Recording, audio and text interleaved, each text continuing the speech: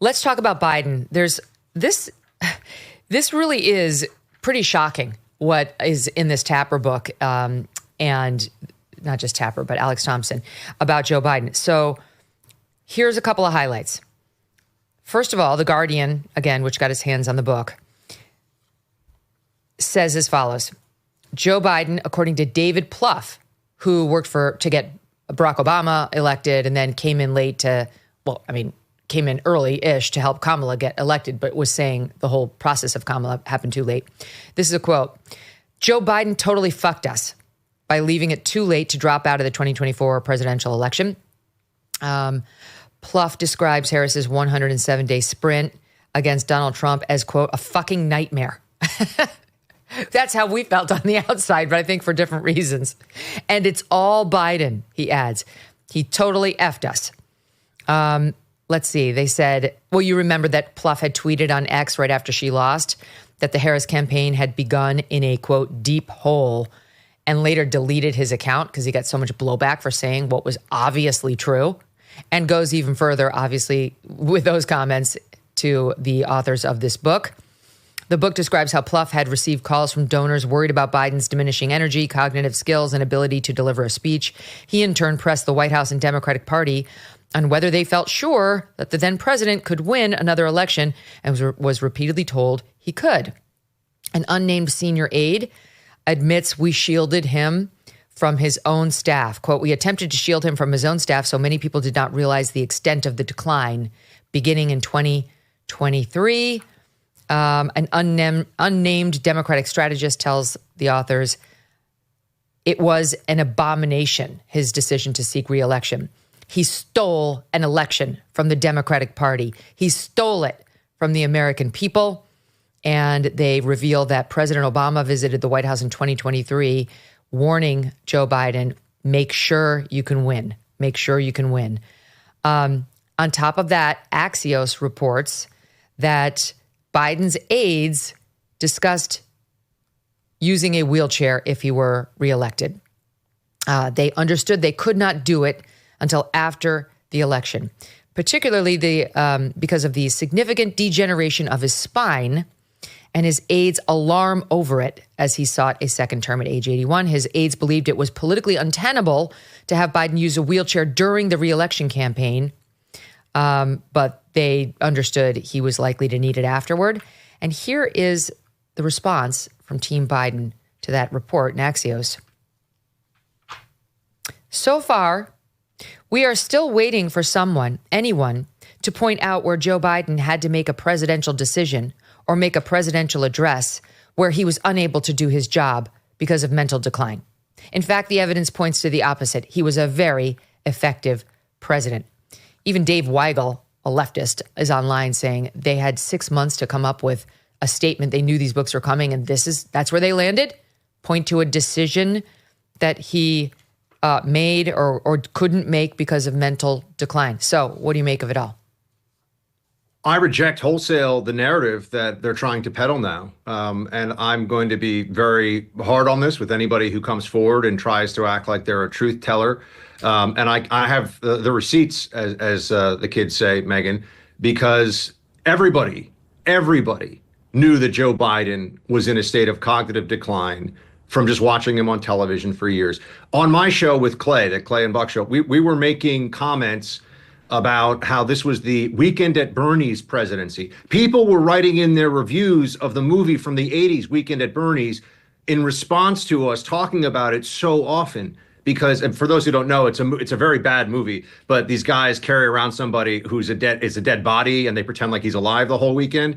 I talked about the historic El Cid, which is a Charlton Heston movie. It's based on a guy in the Iberian Peninsula who's fighting against the Moors. And at the end of the movie, he's dead, and they put him on a horse, and he leads the final charge while he's dead to scare away the enemy. We were making these jokes, Megyn, starting in 2021. This was obvious the whole time. And what you're seeing right now from the people writing the books and the people who are giving the leaks and everything else is a circular firing squad within the Democrat Party, because here's what really happened. They tried a con and it didn't work.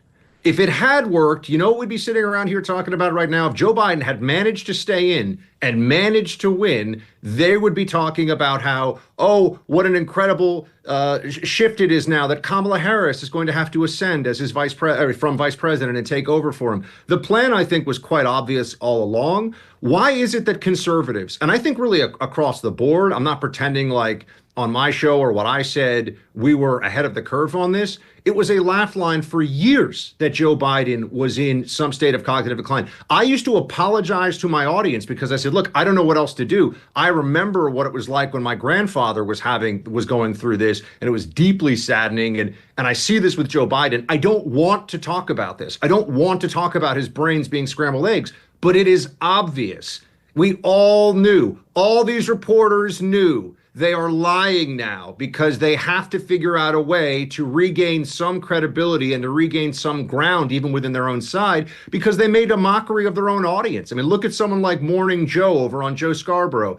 He said, I think it was in March of last year, that this was the sharpest version. And he stared into the camera and he lectured people, the sharpest, smartest version of Joe Biden I've ever seen. Not ever. Joe Biden is okay. This is the best Joe Biden I've ever seen. These people are liars. I knew what was going on, Megyn. You knew what was going on. They thought they could pull off the swindle. There is no credit for trying to rewrite history now. It's like, oh, did you know that they were hiding it from AIDS? This is the emperor's got no clothes. He was walking around naked. We could all see it. It's not new. The stories will be interesting, but they're just trying to tear each other down and shift the blame. Oh, no, I'm interested in the details. I mean, the fact the wheelchair, that he was about to go into a wheelchair, but they were just like, just get across the finish line of the election. We can't put him in that. Good gracious, right? And it is interesting to finally see, like, I've been waiting for the book about the Kamala Harris disaster and what happened during that camp. That's never come out. You know, this is getting a little closer with David Plouffe talking about it being an effing disaster. But that's not about her. That's about Biden waiting too long. But Biden's still denying that. He denied that just last week when he went on The View. So there is some advantage to having these Democrat insiders go beat up their own side. For me on the outside, it's fascinating to read. But no, that doesn't excuse. It's going to be fun. No, I'm going to want to read it and I want to know it. I'm just saying there's I'm speaking truth to power. Yeah, it's no excuse. No. I mean, this is nonsense. No, that's why last week I was ripping Alex Thompson, who got this award for, his coverage of the Biden mental infirmity, which he did more than any other on the left. But when he accepted the award at the radio or the White House Correspondents' Dinner, he was like, we missed it. The people in this room missed it. It's like, you didn't miss anything. They didn't miss, exactly. They didn't miss it. They sold their souls to defeat Trump and they failed. And now they're trying to buy them back off of, layaway. Like, this is not something that's hard to understand when you look at it in the totality. And again, like I said, all along, Megyn, my bet with Clay, which I ended up having to take him out for the most expensive steak in South Beach, which I didn't even know at the time involved people dancing around in like gold. Oh yeah, the video is great. It was I didn't want to tell you how expensive that steak was, anyway. But the point is,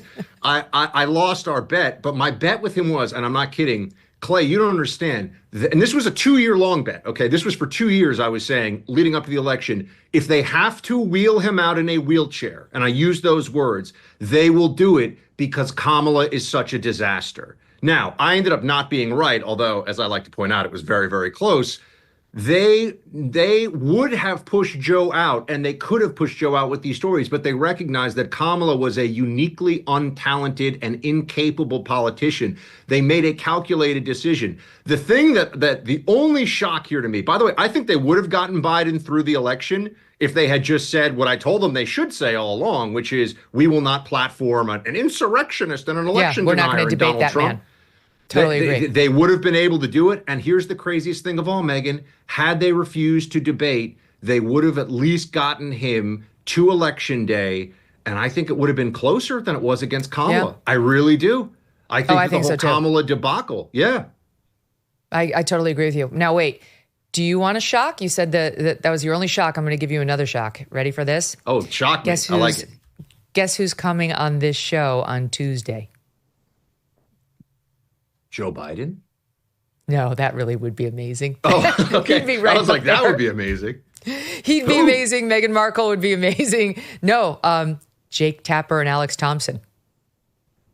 I mean, look, Jake said, I'll tell you this, and I know you guys are friends. Jake and I are not friends. He wants to come on our show.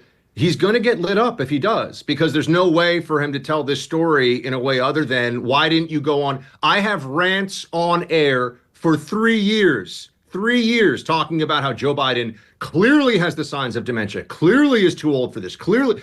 And I'm not the, and it's not even like on the, turn on Ben Shapiro show and Dan Bongino was talking about it. I mean, turn on everybody in this space. You were talking, everybody knew. We did a whole episode on it in June of 2022, a whole episode. I mean, it's rare for us to devote an entire episode to something like this. I mean, but you assume too little of your humble correspondent, because I am going to ask all the tough questions of both of them, and I'm not saying you're not going to ask tough questions. I'm just minding my tongue, because I think that the whole thing is kind of an outrage and an insult to intelligence for all of us, that they're now writing this book. And it's like, turns out they were hiding from his aides that he had senility. Well, this was the whole thing. They had a puppet president for 4 years. Megyn, they were lecturing us about our sacred democracy. And I mean, you go back and see those, look at their reportage, look at whether it's Jake and Alex or others. Look at what they were reporting on with Donald Trump and the insurrection and everything else. The guy who had the nuclear codes had a non-functioning brain. And we all know that, and they had it for years. They let him finish out the presidency. Why not the 25th Amendment? We heard about the 25th Amendment endlessly when Donald Trump is sharp as a tack. Actually, that phrase now we can never use again, by the way, because of Joe Biden. Now it's become like a laugh line. But Donald Trump, last time I saw him, he comes off of 18 holes. He's like high-fiving Clay. He's hugging my wife. He's like telling funny stories. Never once has someone said, oh, wow, I saw Donald Trump and it looked like, he needed a sippy cup at nap time. Because he doesn't, because his brain is fine, because he's different than Joe Biden. This whole story of, because I can see this now too, like we were misled by the big bad Biden White House people. Well, then you're a moron. Oh, just like the New York Times said. Journalism. Like the New York Times said about COVID, we were misled. No, we actively misled you. That's your proper headline, New York Times. These media people after the fact, now that we all on the right have been proven correct yet again, now want to glom on to our correctness. Like, oh, we saw it too. We were part of the right narrative all along. No, you weren't. We were there. You were on the other side. We documented it. Well, welcome to the party, Johnny-come-latelys, but you are very, very late. This July, there's a global summit of BRICS nations in Rio de Janeiro. The bloc of emerging superpowers, or so they hope to be, including China, Russia, India, and Iran, are meeting with the goal of displacing the U.S. dollar as the global currency. They're calling it the Rio Reset. As BRICS nations push forward with their plans, some worry global demand for U.S. dollars could decrease, bringing down the value of those dollars that are in your savings. While this transition, if it happens, will not happen overnight, the Rio Reset could mark a pivotal moment. So learn if diversifying your savings into gold is right for you. Birch Gold Group can help you move your hard-earned savings into a tax-sheltered IRA in precious metals. Claim your free info kit on gold by texting MK to 989898. With an A-plus rating from the Better Business Bureau and thousands, tens of thousands of happy customers, let Birch Gold arm you with a free, no-obligation info kit on owning gold before July and the Rio Reset. Text MK to 989898 today.